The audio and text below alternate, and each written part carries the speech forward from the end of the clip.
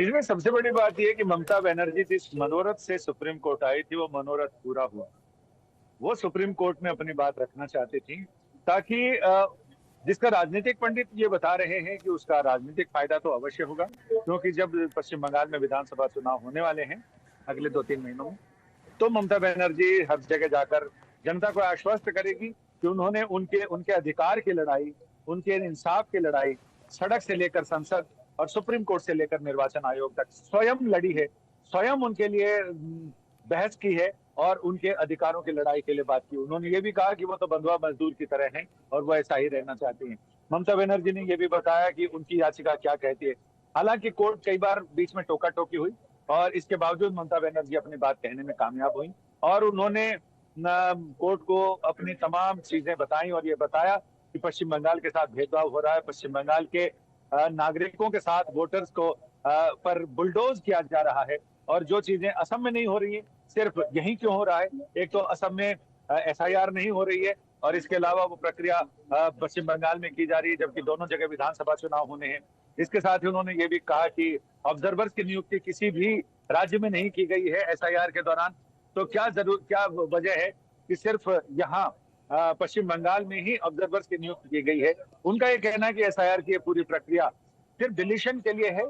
जिन मतदाताओं को वो नहीं पसंद नहीं है, यानी अल्पसंख्यक और अनुसूचित वर्ग के लोग, तो उन सारे लोगों के डिलीशन के लिए प्रक्रिया अपनाई गई है, ना कि इंक्लूजन के लिए की गई है। और साथ ही उन्होंने ये भी बताया कि ऑब्जर्वर्स यहाँ पर बहाल करने के साथ केंद्र सरकार और निर्वाचन आयोग अपना दबदबा चाहता है। जी। उन्होंने बताया कि जो चीजें सुप्रीम कोर्ट के सामने वो लेकर आई है वो सारी चीजें पहले निर्वाचन आयोग तक भी वो लेकर जा चुकी है, लेकिन कोई उनकी सुनता नहीं है। लिहाजा पश्चिम बंगाल के वोटर्स और वहां की जनता की तरफ से न्याय की जो उम्मीद है उसे लेकर वो आई। उन्होंने अंग्रेजी में जैसे विद फोल्डेड हैंड्स कहा जाता है, तो हाथ जोड़कर वो अदालत को बोलती रही कि वो चाहती हैं कि अदालत उनकी बातों को सुने और उसका एक सही उपाय निकाला जाए, उसका सही सॉल्यूशन निकाला जाए। उन्होंने जब अपनी शुरुआत की अपने बोलने की तो उन्होंने कहा कि मैं सबके लिए रिगार्ड है, बेंच में तीनों जज बैठे हैं उनके लिए और सॉलिसिटर जनरल हैं, निर्वाचन आयोग के प्रतिपक्ष के वकील भी हैं निर्वाचन आयोग, उनके लिए भी मैं हाई रिगार्ड शो करती हूँ। और उसके बाद उन्होंने अपनी बात कही तो बहुत ही सिलसिलेवार ढंग से उन्होंने अपनी सारी बातें कोर्ट के आगे रखी हैं। और कोर्ट ने साथ ही ये भी कहा, एक समय ऐसा आया जब चीफ जस्टिस ने ये कहा कि आप जो बोल रही हैं वो तो ठीक है, लेकिन आपने ये अच्छा है कि आपने सुप्रीम कोर्ट में यहाँ जो सर्वश्रेष्ठ वकीलों में से एक आप श्याम दीवान आपकी पैरवी कर रहे हैं और हमें उनकी लियाकत, उनकी योग्यता पर पूरा भरोसा है। यानी जी। अगर इसको बिटवीन द लाइंस पढ़ें तो कोर्ट ये बताना चाहता था कि आपकी बातें जो आप कह रही हैं आप वकील के जरिए भी आप बता सकती थी और यही बातें जो आप बता रही हैं इनमें से बहुत सारी बातें जब पिछले मामले में हमने सुनवाई ऑर्डर रिजर्व किया है उसमें आधार को लेकर तमाम जो आशंकाएं हैं आपकी उनको लेकर कपिल सिब्बल ने बहुत बेहतरीन ढंग से अपनी बातें रखी हैं और उसमें आधार को लेकर सुप्रीम कोर्ट ने एक फैसला भी दिया है जिसमें साथ में ये बताया है कि आधार की अपनी सीमाएं हैं, वो उसको असीम शक्तियां नहीं है, उसकी अपनी सीमाएं हैं, वो पहचान का पत्र अवश्य है। तो ये तमाम चीजें हुई। इसके बाद सुप्रीम कोर्ट ने निर्वाचन आयोग को इन दोनों नोटिस पर जॉय उनकी और ममता बनर्जी के याचिका पर 36 और 37 नंबर की याचिकाएं थी, उन पर नोटिस जारी कर निर्वाचन आयोग से जवाब मांगा है और सोमवार तक इस मामले की सुनवाई स्थगित कर दी गई। ठीक है संजय, ममता बनर्जी एक वकील के तौर पर अदालत में थी, अदालत का रुख कैसा रहा? उनकी क्या पूरी बात सुनी गई? अदालत की पहले कोई तो मैं टिप्पणी? स्पष्ट करूं कि ममता बनर्जी वकील के तौर पर अदालत में कतई पेश नहीं हुई। ममता बनर्जी, ये सच है कि उनकी शैक्षिक डिग्रियों में बीए एलएलबी है, लेकिन ना उन्होंने गाउन पहना था और ऐसे भी जो अपने नाम से याचिका दाखिल करे तो उसे ये डिक्लेयर करना पड़ता है कि वो पिटिशनर इन पर्सन, यानी अपनी पैरवी वो खुद करेगा। ममता बनर्जी ने ऐसा कोई डिक्लेरेशन नहीं दिया था। उनके वकील पहले से तय थे, उनके एओआर पहले से तय थे और श्याम दीवान उनकी पैरवी कर रहे थे। अच्छा। और साथ ही गोपाल शंकर नारायण भी थे दूसरे याचिकाकर्ता के वकील। तो ममता बनर्जी ने सिर्फ अपना जो एक अपनी बात कहने का अधिकार है, हालांकि उनके वकील थे। अदालत कई बार ऐसा होता है कि कोई अपने वकील से इतर अपनी बात कहना चाहता है तो अदालत उन्हें रोक देती है। अदालत कहती है कि आपको अपने वकील पर भरोसा नहीं है क्या, आप क्यों अलग से बोले। लेकिन ममता बनर्जी जो कि मुख्यमंत्री भी हैं और लोक नेता हैं, तो हो सकता है कि कोर्ट ने उनका लिहाज, उनकी गरिमा का लिहाज रखते हुए उन्हें बोलने की इजाजत दी।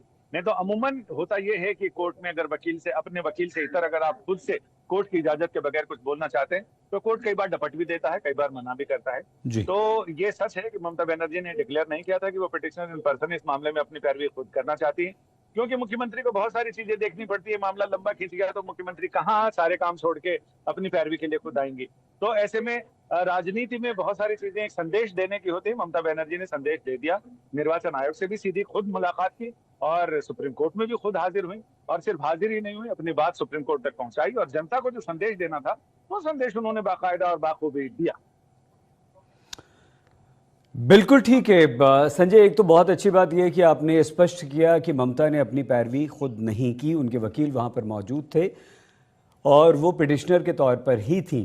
तो अदालत ने क्या इलेक्शन कमीशन की बात भी सुनी? हाँ, इलेक्शन कमीशन ने जब उन्होंने कहा कि बहुत छोटी छोटी पिटी मिस्टेक्स हैं जिनको लेकर इलेक्शन कमीशन ने की टीम ने वहां पर मुश्किलें कर दी हैं, उनके स्पेलिंग मिस्टेक्स भी होते हैं, बनर्जी बंदोपाध्याय, चटर्जी चट्टोपाध्याय, मुखर्जी मुखोपाध्याय, गांगुली और गंगोपाध्याय, तो इन सारी चीजों की बात की। उन्होंने ये भी कहा कि जो लड़कियां शादी हो जाती है जिनकी, उनका सरनेम चेंज हो जाता है, लेकिन यहाँ फिर सरनेम चेंज होने के बाद उनके पिता के पुराने सरनेम के साथ उसका मिलान किया जा रहा है और उनको नोटिस दी जा रही है, उनका नाम काटा जा रहा है।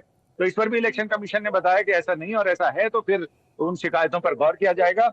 लेकिन जब वो ऑब्जर्वर्स की बात उन्होंने कही तो निर्वाचन आयोग के वकील जो सीनियर एडवोकेट राकेश द्विवेदी हैं, उन्होंने सीधा अदालत से कहा कि ये आरोप बिल्कुल सही नहीं है। ऑब्जर्वर्स हमें इसलिए नियुक्त करने पड़े हैं क्योंकि जो ईआरओ यानी इलेक्टोरल रजिस्ट्रेशन ऑफिसर और एईआरओ असिस्टेंट जो असिस्टेंट ईआरओ हैं, तो उनकी नियुक्ति जो आयोग की नियमावली है उसके मुताबिक जो ईआरओ हैं वो एसडीएम स्तर के अधिकारी होते हैं और एईआरओ तहसीलदार स्तर के होते हैं। लेकिन कोई कुछ है, कोई आंगनबाड़ी है, तो इस तरह के लोग हैं जो हमारी जो अर्हताएं हैं, योग्यताएं हैं, मापदंड है, मानदंड है, उन पर खरे नहीं उतरते हैं।